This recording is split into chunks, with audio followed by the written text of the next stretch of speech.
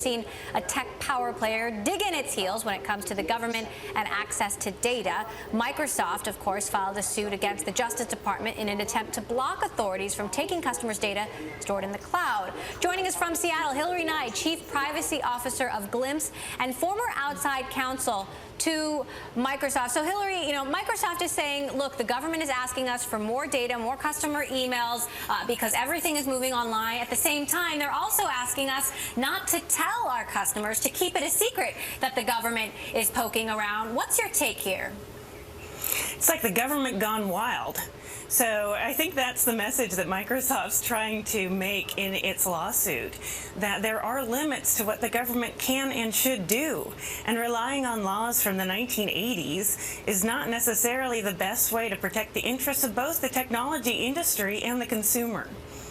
Now, at the same time, the government says, look, if people knew that we were poking around about them, they could just delete all the data. Should investigations be able to go on without telling, the people involved for security reasons? Well, and again, I don't think Microsoft is challenging the law enforcement's ability to go and probe into data lawfully. I think what they're really challenging is the right to be able to communicate with their consumers over a period of time, because a lot of these warrants have what's called, what I would call at least, a gag order, which says that Microsoft cannot inform the consumer that this sort of data mining is happening, and those gag orders have sort of this indefinite lifespan.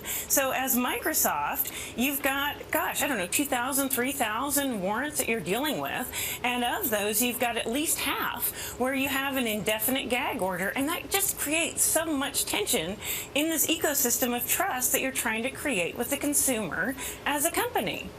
Now, obviously, the Microsoft case is very different from the Apple cases, but what do you see as the role of, Microsoft and Apple in sort of defining the next decade of cyber law?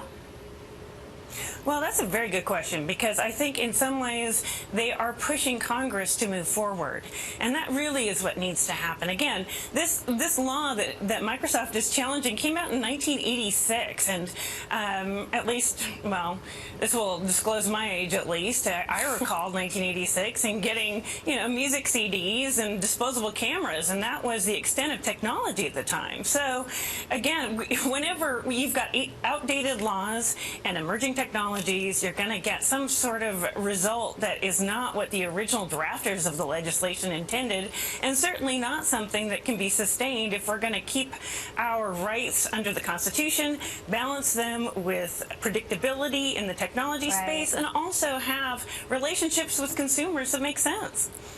1986, before the World Wide Web and decades before the cloud, certainly. All right, Hillery Nye, Chief Privacy Officer of Glympse, also Alex Webb, our Bloomberg News reporter, and Shira Ovide of Bloomberg Gadfly, who's sticking with me.